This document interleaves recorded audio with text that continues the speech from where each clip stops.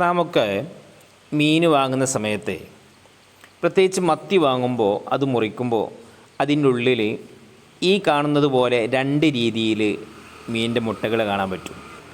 സത്യത്തിൽ ഇത് രണ്ടും മീനിൻ്റെ മുട്ടകൾ തന്നെയാണോ?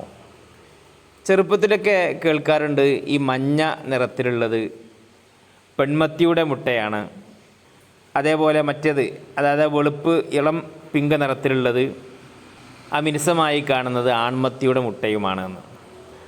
ഇതിൽ വലിയ യാഥാർത്ഥ്യവുമുണ്ടോ? ആൺമത്തിക്കെങ്കിൽ മുട്ട ഉണ്ടാവുമോ? അതായത് ഈ മഞ്ഞ ഓറഞ്ച് നിറത്തിൽ തരിതരിയായി കാണുന്നത് ഇത് പെൺമത്തിയുടെ മുട്ടകളാണ്. ഇതിൽ ആയിരക്കണക്കിന് ചെറുകിടാങ്ങൾ അടങ്ങിയിരിക്കുന്നതിനാലാണ് ഇത് തരിതരിയായി കാണപ്പെടുന്നത്.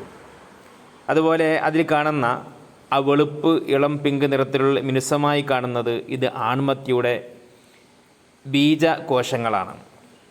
ആൺമത്സ്യങ്ങൾക്ക് സാധാരണത്വത്തിൽ മുട്ടകൾ ഉണ്ടാകാറില്ലെങ്കിലും അവയുടെ പ്രത്യുൽപാദനത്തിനായുള്ള ഈ ഭാഗത്തെ പലയിടങ്ങളിലും ആൺമുട്ട എന്ന് നാടൻ ഭാഷയിൽ വിളിക്കാറുണ്ട്. അതുകൊണ്ടാണ് ആൺമുട്ട എന്ന് പറയുന്നത്. ചുരുക്കത്തിൽ നമ്മൾ വാങ്ങുന്ന മീനുകളിൽ ആൺമത്തിയും പെൺമത്തിയും ഉണ്ടായിരുന്നു എന്നതിൻ്റെ തെളിവാണ് ഈ കാണുന്നത്. അപ്പോൾ അതങ്ങനെ മനസ്സിലാക്കണം. ആ മിനുസമുള്ളത് അത് ആൺമത്തിയുടേതാണ്. അതുപോലെ തന്നെ ആ മഞ്ഞ നിറത്തിലുള്ളത് പെൺമത്തിയുടെയും മുട്ടയാണ് എന്ന് മനസ്സിലാക്കുക.